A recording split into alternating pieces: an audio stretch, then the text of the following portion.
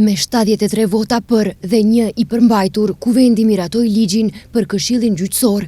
Qëllimi kryesor i ndryshimeve ligjore është të shmangen dobësitë e deritanishme të konstatuara në kornizën juridike dhe të sigurohet një këshill më funksional dhe më transparent.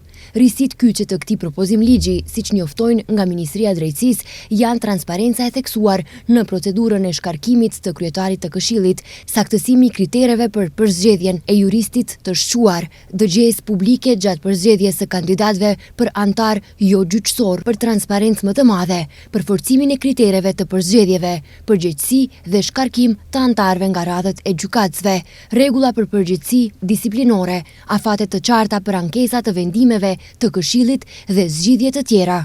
Opozita e mbështeti, por pati vërejtje në mënyrën se si hyri ky propozim ligj në procedurë kuvendore.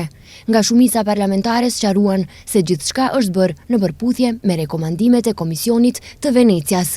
Pas miratimit të propozim ligjit, pritet që Kuvendi të zgjedhë 2 antar të Këshillit Gjyqësor pas mbarimit të mandatit të antarëve Selim Ademi dhe Vesna Dameva.